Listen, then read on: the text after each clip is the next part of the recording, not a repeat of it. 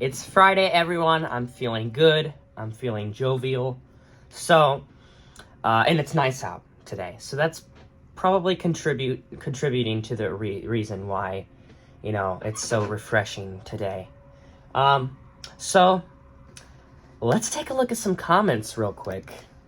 Just hop right into it. So, first up, we got "Dim Party is over" with laughing emojis. This is on a single video, by the way, that I happened to found accumulated comments on a YouTube video, and I'm going to refute all of these comments at the end in case you were wondering.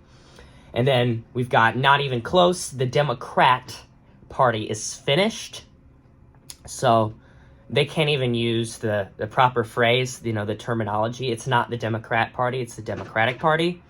So right then, when people, either purposely or, misinterpret a name of some sort, you know right then that their argument is not valid. Just keep that advice throughout your life. If somebody can't pronunciate something correctly, and they can't have the proper, understanding of what it is, when it comes to the basics of what it's called, or what it actually is, they cannot formulate a complete and full opinion of something if they don't even know what it is. So, right there, the Democrat Party is finished, this guy says, because what's the reasoning behind this? Because we came short in an election last time, which every swing state was decided by under 2%, and the popular vote was decided by, I think it was just a little bit over 1%, like 1.3% was the popular vote margin of victory. And by the way, Hillary Clinton had a larger popular vote margin of victory than Donald Trump did in this previous election. Hillary Clinton won the popular vote in 2016 by 2%.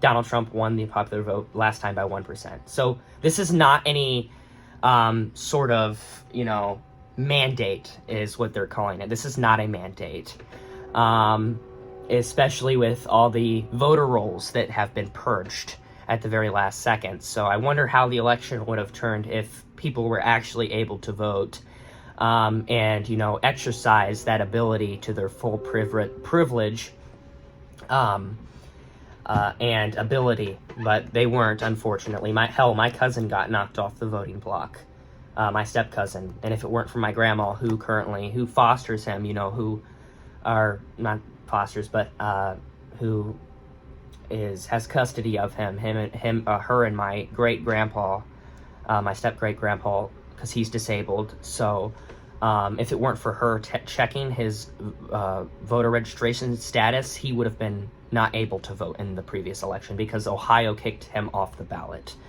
And he's a Democrat. He's been an active voter since 2004 and voted in every single election since then. So, but anyways, next up we got the Democrat, again, they just cannot for the life of them, come to conclusion of what our party actually is. It's the Democratic Party. But anyways, the Democrat Socialist Party is a total shit show. It's DOA. Okay. And then we got normally midterms sway the other way, but looking like a supermajority coming. Okay. Normally midterms sway the other way, but looking like a supermajority coming. Is there anything else I need to say for that one? I don't think I do. Midterms will finally put the Democrats away for 50 years. Let's see about that, buddy. Let's see. Because I am actually so enthralled and coming back and responding to all of these comments. And my grandma is spam texting me right now, by the way. I'm doing a video right now. I'll come back to it later. Okay, and then we got Democrat Party is dead. This faceless Matthew said this with a TikTok logo as his TikTok profile logo. Oh my God, it's just the amount of bluff that these people like to spew. I mean, it's just they're soulless people. These are people who no reasoning, no reasoning, forfeits their or holds up their thoughts. Nothing. There's nothing behind their thoughts. And I'm the kind of person who is, anecdotal, like, you gotta have reasoning to like or support somebody, or you gotta have reasoning for disliking something or liking something. You can't just say, hey, I don't like this person, or I do like this person, and you have no reasoning why. Well, my friends like this person, so I like this person too. That's not any, argument to have. And then lastly, we have this just brilliant comment. This guy is just so, immaculate and just, it's just so magnificent. This guy is superb. He says, no more _4.0 says, they are finished and are terrified because they know it. We know it. We know we're finished, guys. I'm like so nervous right now about everything. Oh my God, we're finished, guys. There's nothing left of us. Okay, so let's take a break from the deepest, armpits of the most asinine, foolish, absurd, and outlandish parts of the internet for a second, and let's just divert out of the pigment of their imagination. Last Tuesday, Democrats in the Pennsylvania State Senate, by the way, this is Pennsylvania, a state that was very, imperative and integral to the results of last November's election. This was a state district, and this is a long-time, conventional, traditional Republican-leaning district. And I'll look at the county real quick. This is a district that was, hold on, let me find it real quick. This was a district that was entailed in Lancaster County. Okay, Lancaster County, I believe, hasn't voted for a Democrat since, I don't know, the 50s? I'll have to look real quick, because I don't look this up beforehand. So, we're going to look it up now. And it might be such a long time. I'm not even going to get it on here, because Anyways, Lancaster County, I've looked at almost every election. I cannot find an election where Lancaster County voted for a Democrat. Anyways, Democrats just flipped a district in Lancaster County on Tuesday. And this was a high turnout. This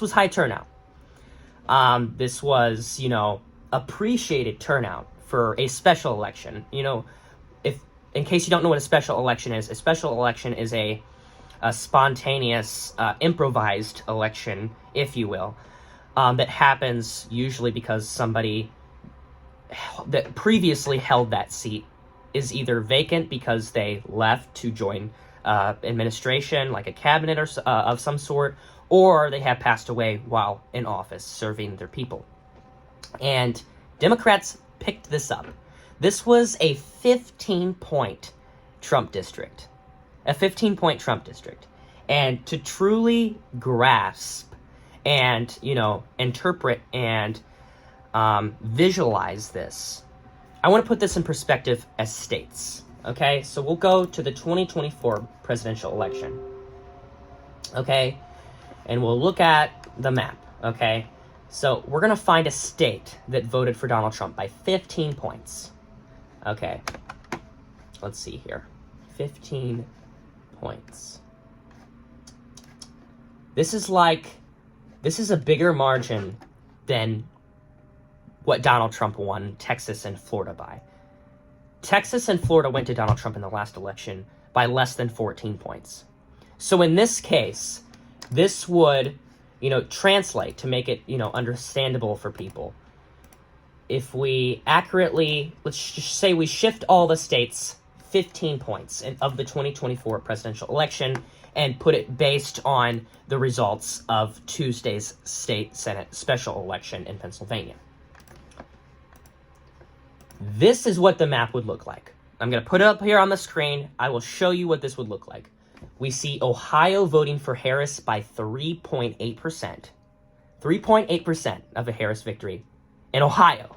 Okay? This is bigger than Obama's 12 margin of victory. And this is just applying this to, you see what I'm doing. I'm shifting these. And it's actually more than 15 points. It's actually 16 points because the Trump district voted for Donald Trump by 15 points. And it went to this Democrat just the other day.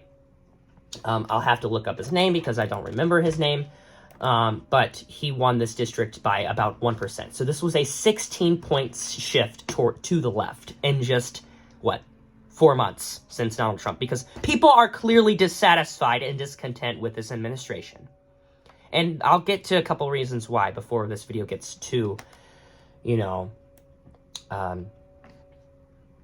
extravagant, if you will. I don't know what the is wrong with my goddamn Instagram lately. It's like pissing me off a little bit.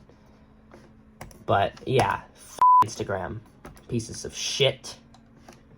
I'll go to Facebook, I guess, and look at it. Okay, so his name's James Malone. James Malone, he's from Pennsylvania's 36th state congressional district. He defeated a Republican, Trump-backed Josh Parsons, a Republican, by about 1% in this district, who you cannot even fathom voting for a Democrat. Okay, it might be competitive, but you could not even fathom it voting for a Democrat. And yet it did. It voted for a Democrat. And it's simply because Donald Trump, extracted little segments of his campaign promises in November. All the ones that are very, very unpopular with the American people. Eliminating the Department of Education, firing federal workers, trying to go after his political opponents and trying to make it so where executive power is reserved specifically for him and checks and balances are eliminated. Tariffs were extremely unpopular. Okay? Attempting to get rid of the Affordable Care Act, which Donald Trump is actively doing. Giving tax breaks to the richest among us while cutting, government programs that we pay into just to cut those and slash our money and then give it to the rich to fund a $4.1 trillion tax cut for Elon Musk and other cronies to make them richer. While, we get just washed up on the seams and completely disregarded. That is not popular. But here's my other piece. He is making his promises for those. He is fulfilling on those promises on the ones that were unpopular. The ones where people did polls and it showed in return. It showed that like 60% of the population did not want these policies enacted. But here's the catch. The policies or the promises that he made during the campaign trail, lowering grocery prices, ending inflation, just bam, ending inflation is what he said. He didn't say reducing inflation. He said, bam, no inflation once you get me in office. We are now, almost 3 months into his presidency. Prices have only went up for everything. And a lot of that's due because of tariffs. And, a lack of comprehension of how the government works or how the economy works, because this is the same guy who, bankrupted, who was filed for bankruptcy 6 times, who's practically failed at every business he has tried to conduct, which was handed down by his father in the first place. He had no prior education. He was called, quote, and I quote, the dumbest goddamn student I have ever met by one of his professors at the college that he went to, I think in Pennsylvania. But yeah, that explains a lot, actually, because we have a little brainless zero-wit, currently occupying the highest office in the world, and his autistic friend, who is the richest man in the world, and is only going to get richer because the American people did this to themselves. But this is what we get as a consequence. This is what we get as a reverberation. Is people are clearly repenting from their decision back in November. You do not just see Democrats win in a 15-point Republican district that has been Republican for, God only knows how long. You do not just see that if something is not wrong. Something is clearly wrong with this administration. And let me be clear. I've said this in my posts. I've said this many times. I actually posted this the other day.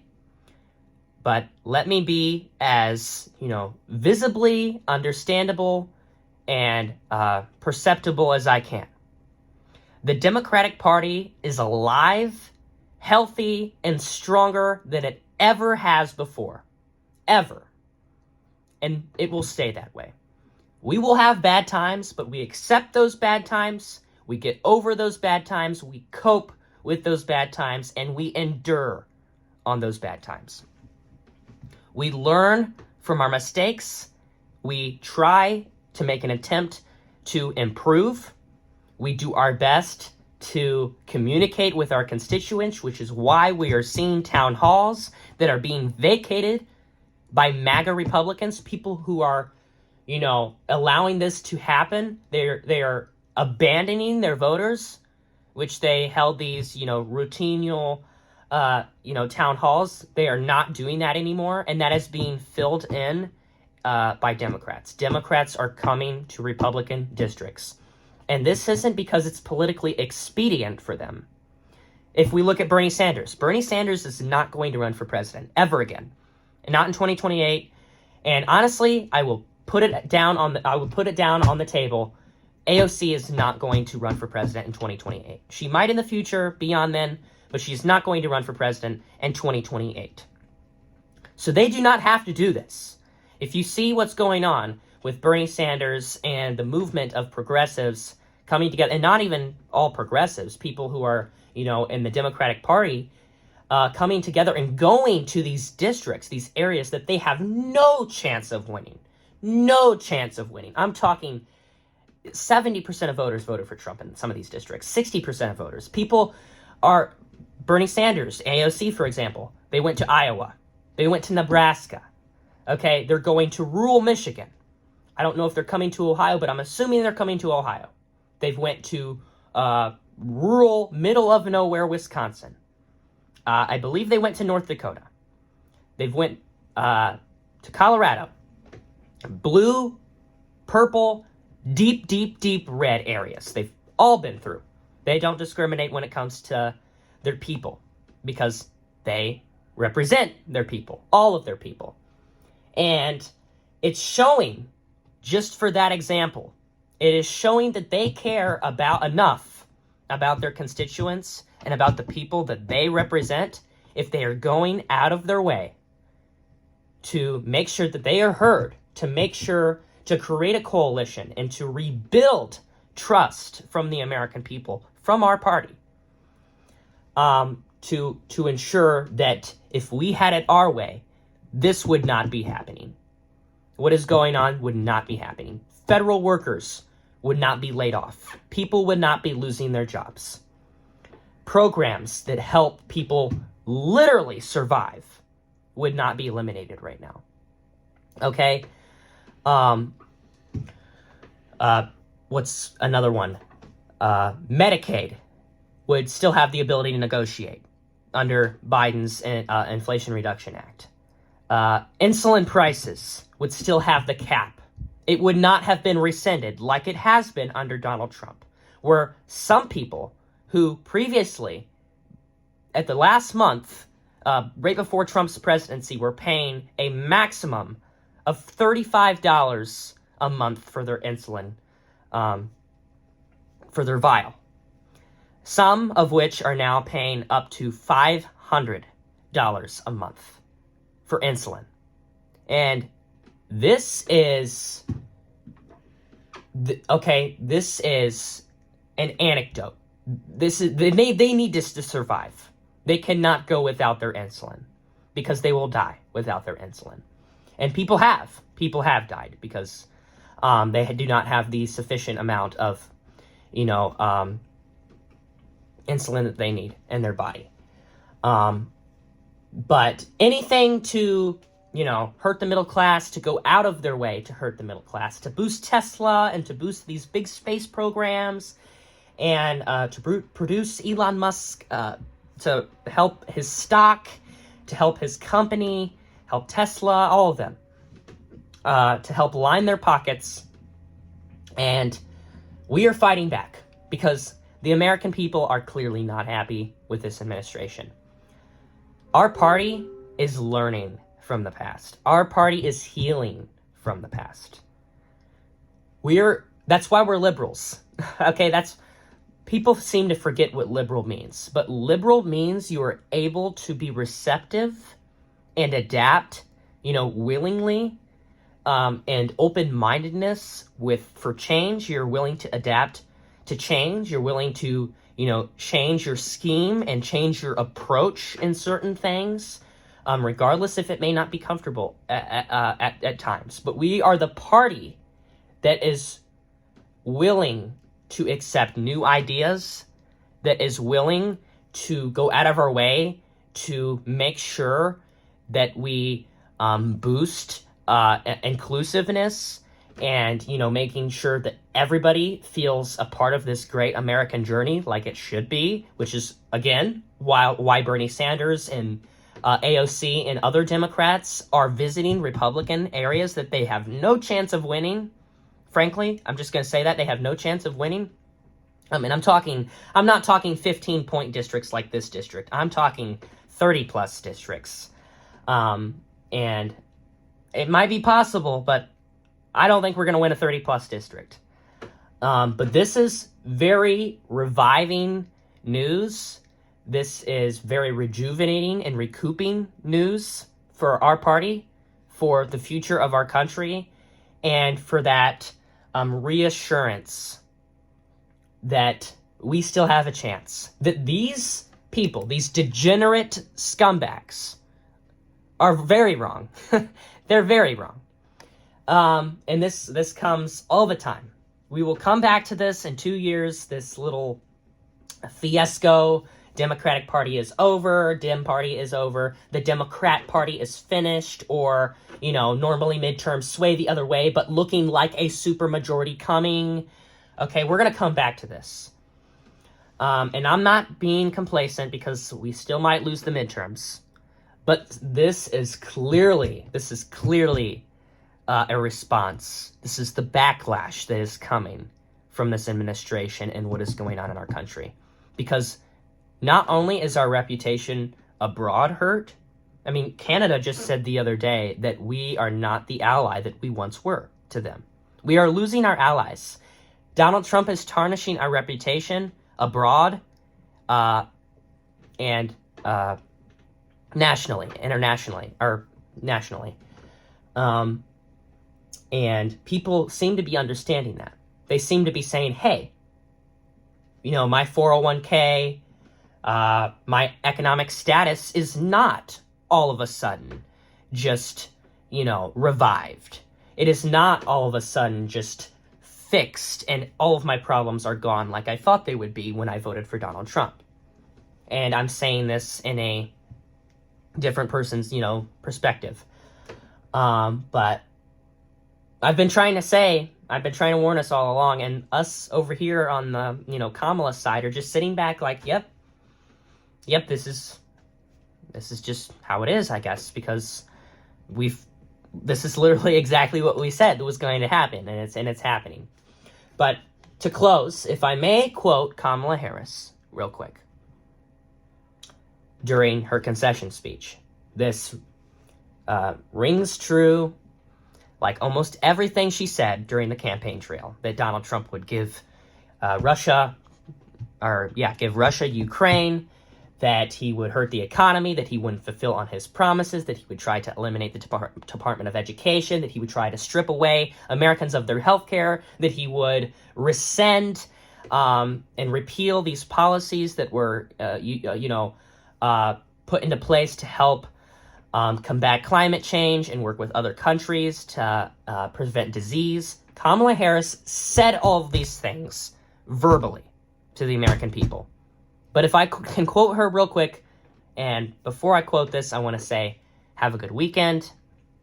I might go live on my Instagram, so check that out. I'm going to be playing Mario Kart. I love Mario Kart. But yeah, go check that out. Have a good weekend. Have a good Friday. Get some good rest. I got to get up really early in the morning because my sister has a performance for choir. So I got to do that. But if I may quote Kamala Harris, when we fight, we win, but the fight takes a while. That fight that takes a while and us prevailing is coming around the corner rapidly. It's coming around the corner very rapidly. Very, expedited. It is really coming fast. Faster than expected. And hopefully, we continue to see this trend. Republicans are already scared. They removed Elise Stefanik from being considered as the UN pick because they're scared. They're fearing her, loss after the previous election this November. And this is a district that that she won by 23 points last November, and Donald Trump won by 21 points. And Republicans are fearful that they're going to lose this district because of the very clear galvanized support and big, huge win for Democrats on Tuesday. So we'll see. We'll have, I believe the best is yet to come. I'm encouraged and I'm hopeful that our best days are still ahead of us. And again, it's hard to say that because it's going to be some pretty bad days in these next 4 years, at least. And there's nothing we can really do about getting rid of that completely, but there's things that we can do to mitigate the effects of that. And that is, number one, keep electing Democrats, showing a clear message to these people, to Republicans, to MAGA Republicans, that we want to be heard and we want to be represented, not the rich.